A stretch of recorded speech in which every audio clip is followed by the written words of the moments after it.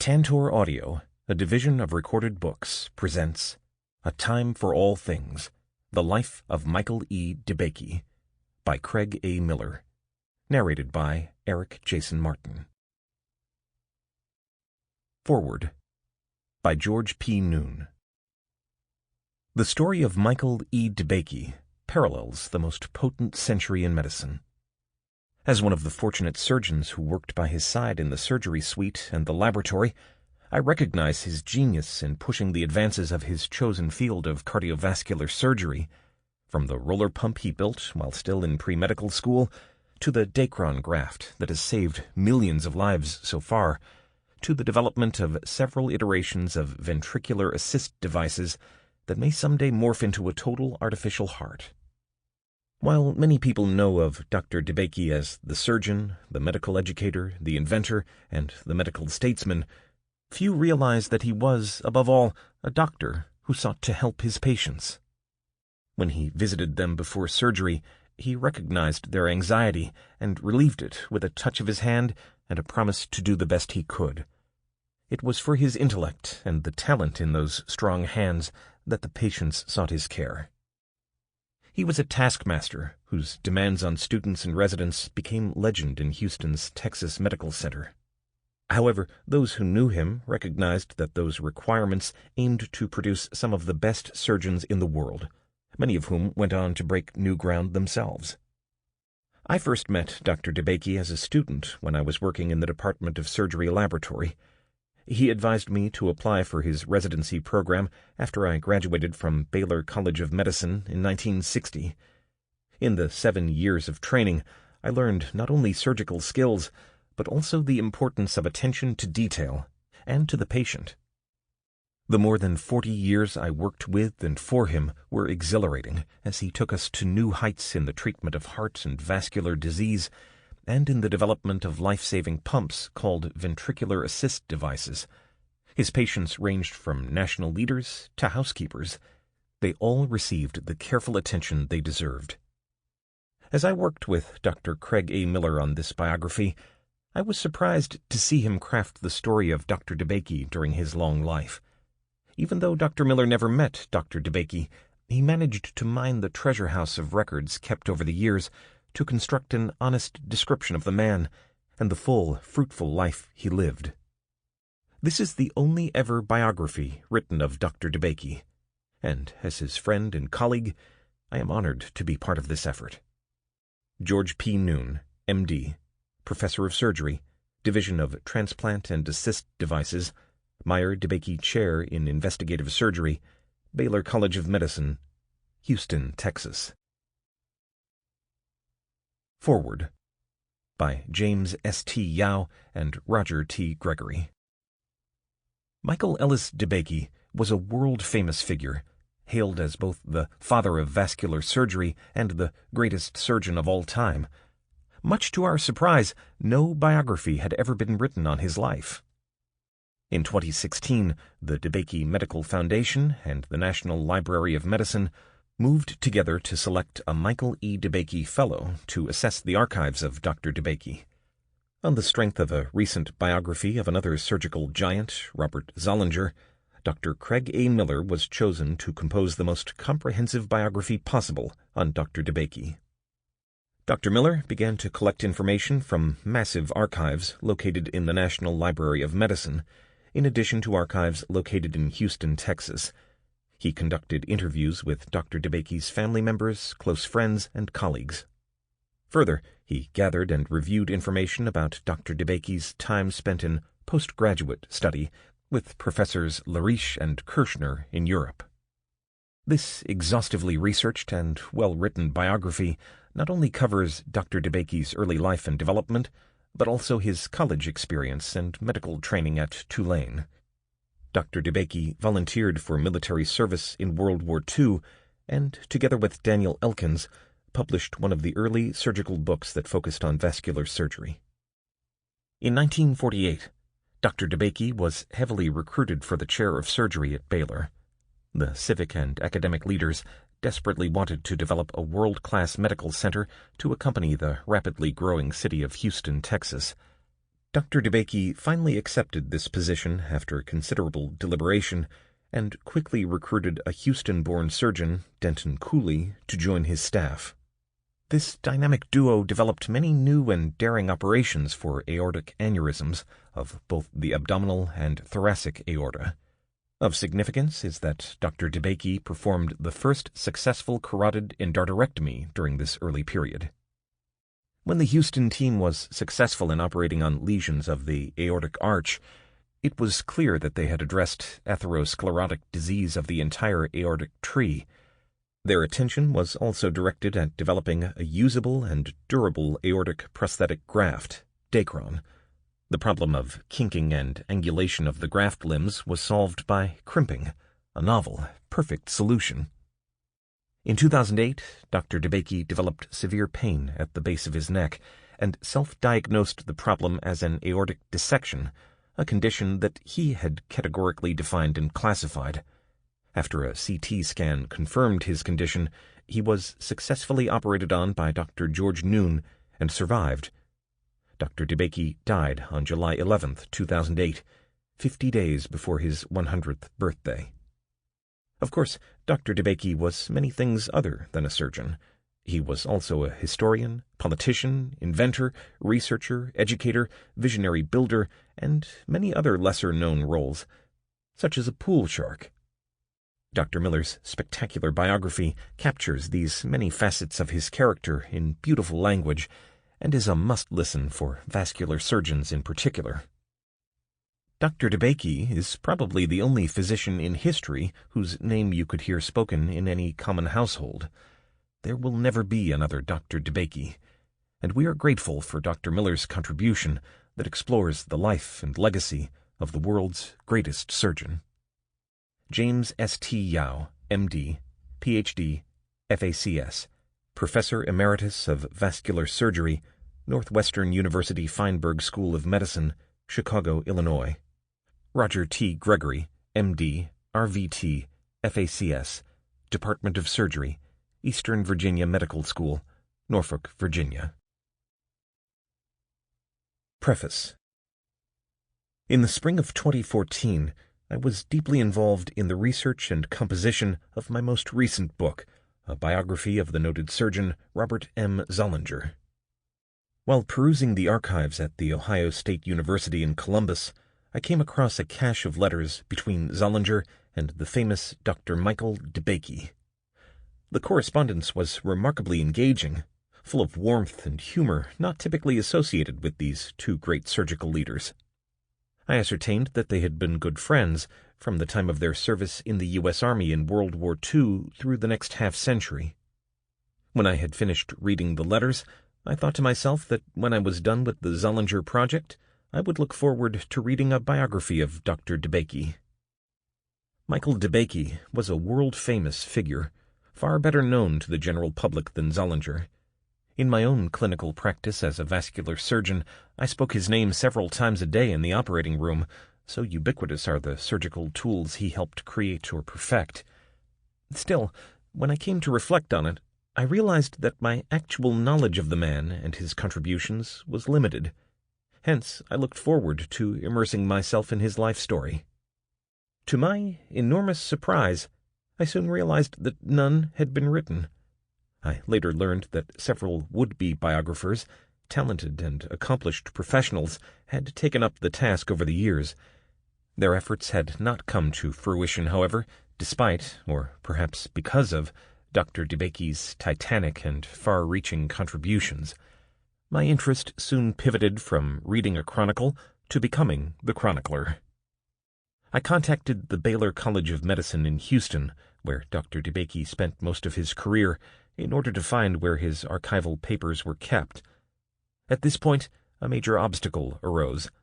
I learned that Dr. DeBakey's records comprised two independent and decidedly separate collections. One, the contents of his offices at the Texas Medical Center, resided in the Baylor archives. Although an effort was underway, these had not yet been catalogued, and they were not open to researchers. The other, derived from his home office, belonged to Mrs. DeBakey. This cache was in a different location, but was presumed to be in a similar state. Reflecting Dr. DeBakey's long life and career, both archives were gigantic, thousands of documents and artifacts, filling hundreds of boxes. At this point, with access to primary sources severely restricted, the task appeared hopeless. I moved on to other projects. About 2 years later, I found myself at the National Library of Medicine, NLM, in Bethesda, Maryland, researching one of these projects and comparing notes with one of the curators. We were discussing the size of various personal archives when my counterpart mentioned, in an offhand way, that I should see their DeBakey collection. I stopped cold, and the hair on my neck stood up. "Your what?" As it turned out, the NLM had acquired the Home Office collection from Mrs. DeBakey. It was, indeed, colossal, but now fully catalogued in the most professional manner. I forgot all about the subject I had been researching and spent the rest of the day immersing myself in these fascinating papers and artifacts.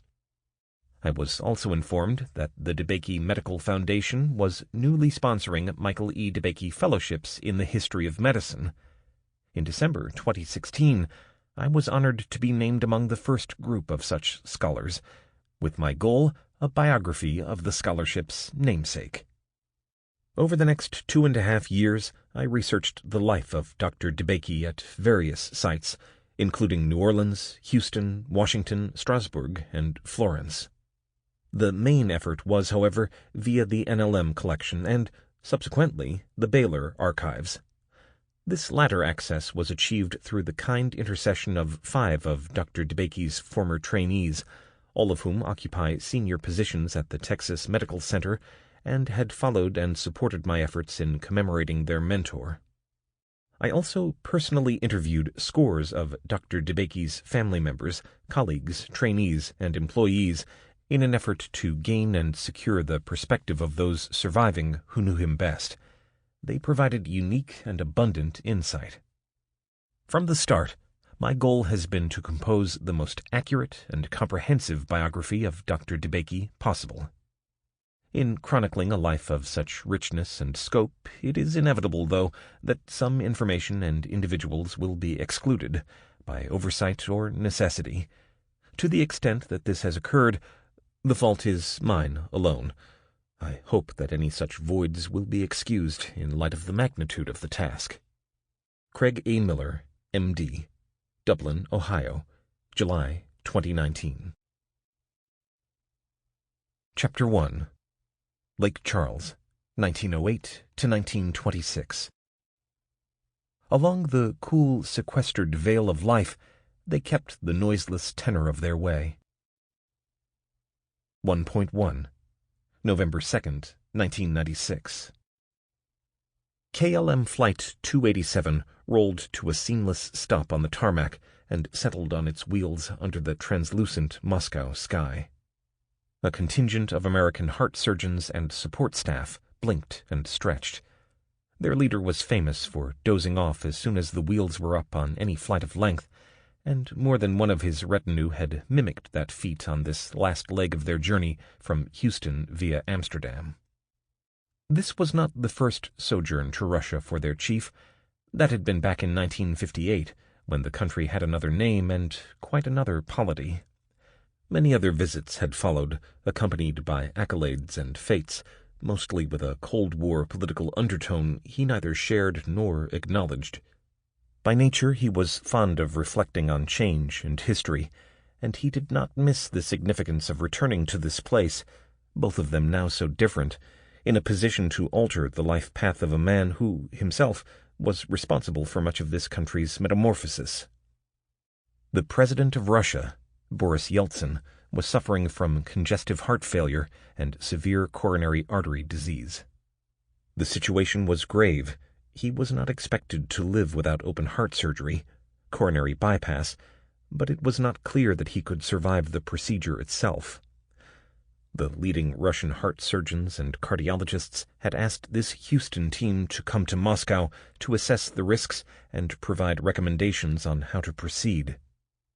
In the geopolitically charged climate of the immediate post-Cold War period, bringing in a coterie of Americans as consultants on the medical care of the most powerful man in Russia provoked all manner of responses on both sides of the Atlantic.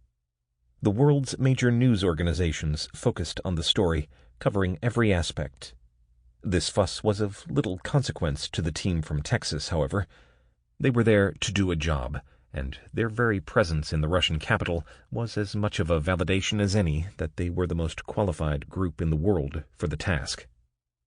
Skilled and experienced as the American team was, there were no illusions among any as to the main reason for their being summoned to this distant place for such a desperate endeavor.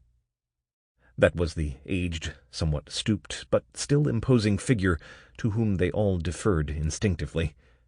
As the rolling stairway approached the plain, his prominent gray brow furrowed, and his dark brown eyes took in the familiar scene through thick spectacles. Those eyes had witnessed more than 60,000 surgical operations, and he was widely regarded as not only the father of modern cardiovascular surgery, but also the greatest surgeon of the 20th century. If time and change were on his mind that afternoon, Dr. Michael Ellis DeBakey might well have wondered at how far he had come from the small southwest Louisiana town of Lake Charles, where he had been born 88 years before. 1.2 Mise en scène. Lake Charles is a brackish basin on the Calcasieu River, 30 miles north of the Gulf of Mexico and 200 miles west of New Orleans. The lake is about 5 feet deep in most places and a little more than a mile across. Located at the southern end of western Louisiana's longleaf pine belt, it sits in a place of tropical heat and humidity, surrounded by the fertile, marshy savannas and abundant woodland that such a climate fosters. Lake Charles is said to be named for an early settler to the region, Charles Sallier, who emigrated from southern Europe in the early 1800s. By similar tradition, the Calcasieu River derived its name from that of a local Attakapas Native American chieftain who is otherwise lost to history. His name passed through a distinctly French transliteration, Calcasieu, before taking its present form. The Gallic version is occasionally encountered yet today. The Lake Charles region was not clearly included in the massive Louisiana Purchase, the extent and borders of which were barely defined or even comprehended at the time, but after the War of 1812, the ultimate destiny of the area was inevitable. In 1840, Imperial Calcasieu Parish was created, encompassing the Lake Charles vicinity and beyond. A few years later, the parish seat was established on a patch of partially occupied land at the eastern shore of the lake.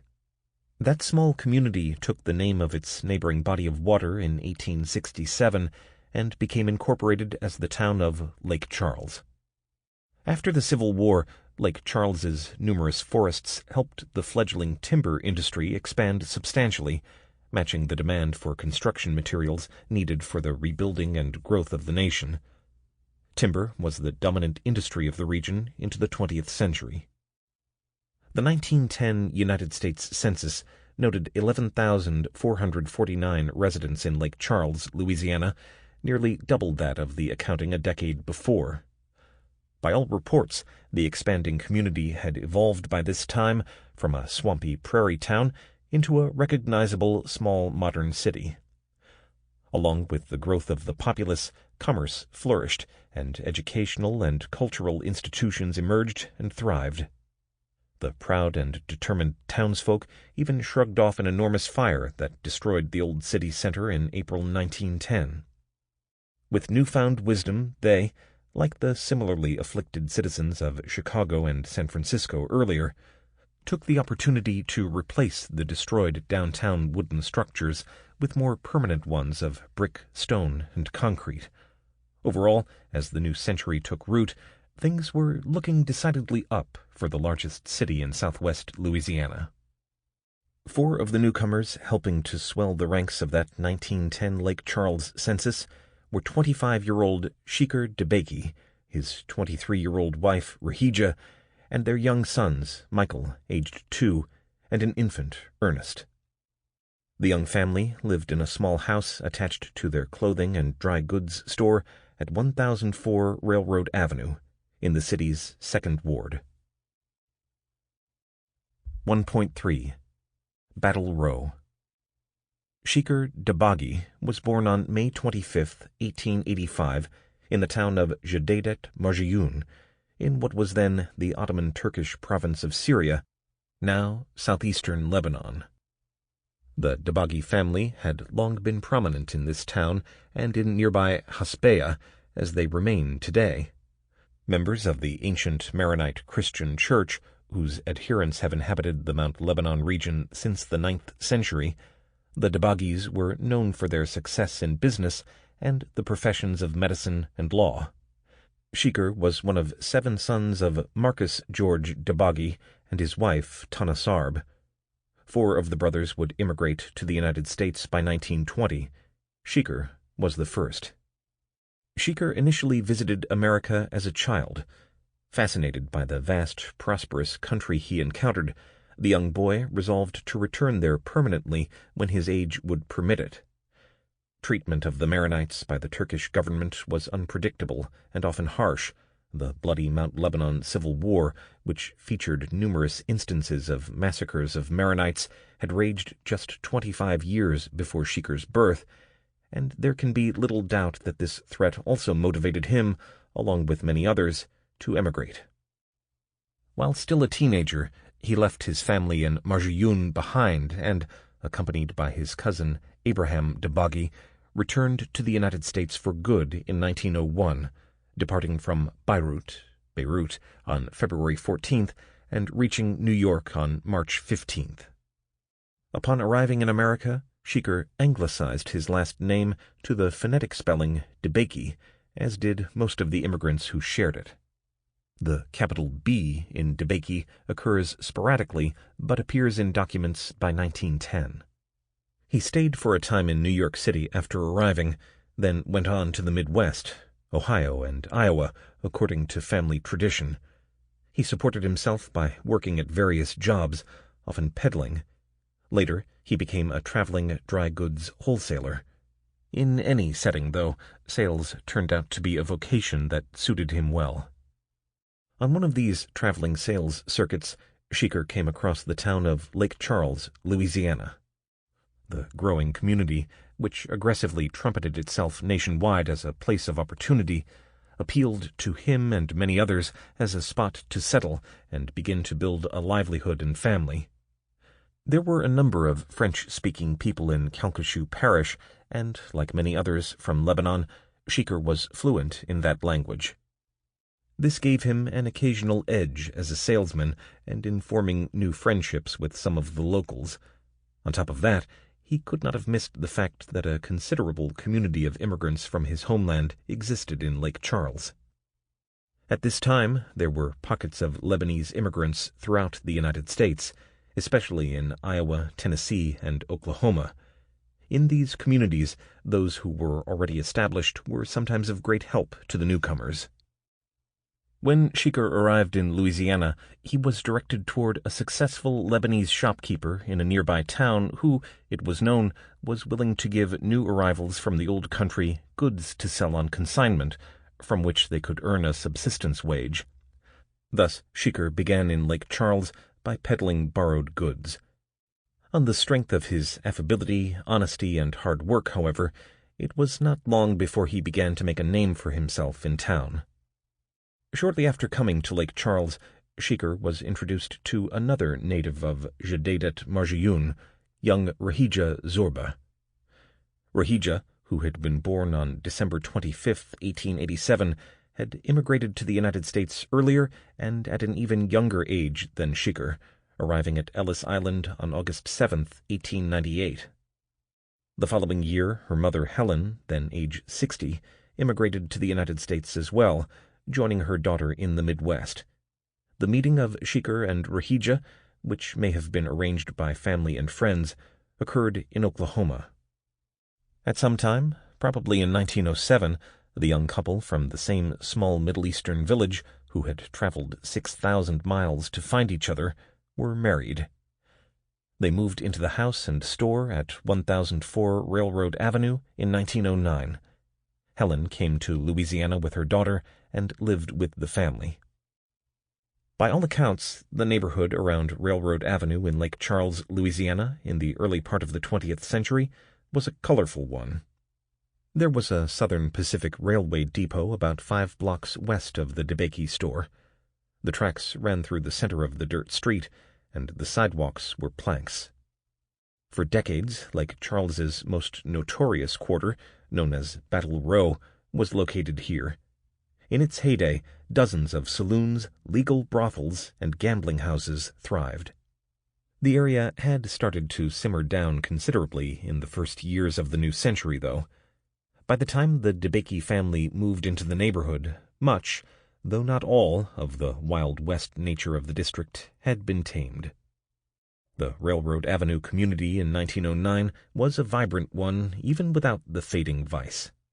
There were scores of legitimate shops and storefronts, well-established and thriving, grocery stores, dry goods markets, cafes, and restaurants. The neighborhood had a decidedly Mediterranean flavor, with a few immigrant families from Syria and more from Italy. Many of the shops had attached single-family dwellings, either behind the street-level businesses or above, with porches overlooking the thoroughfare. The DeBakey business and abode at 1004 Railroad Avenue was a duplex structure, not more than 5 years old.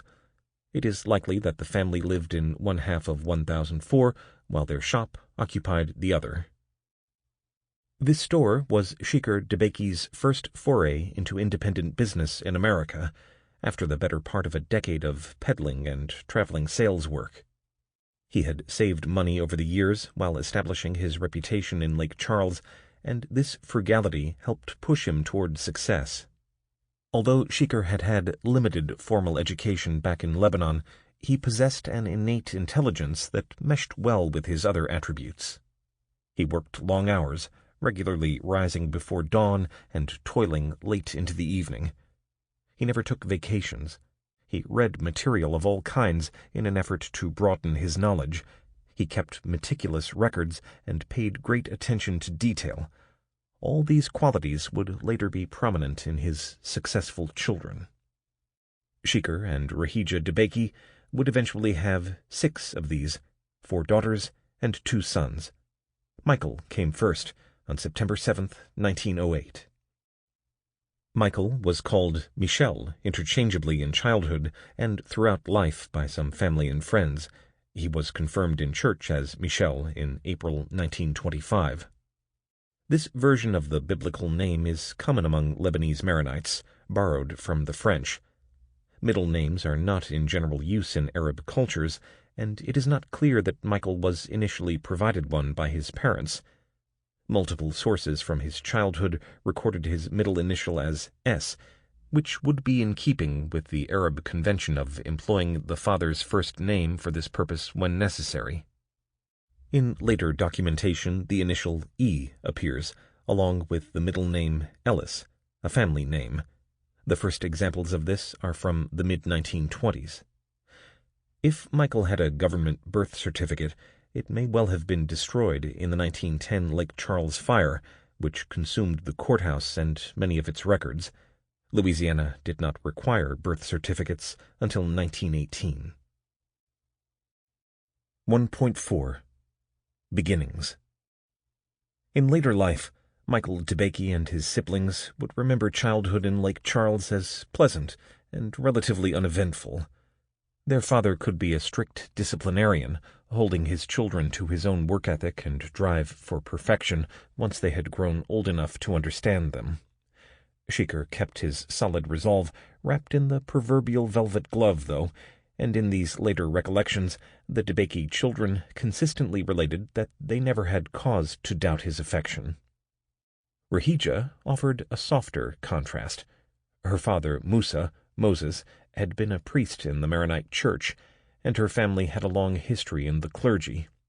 Not surprisingly, then, she was more religious than her husband, and inculcated in the children her own concept of charity and consideration for the well-being of others as the basis not just for spirituality, but as an approach to everyday life.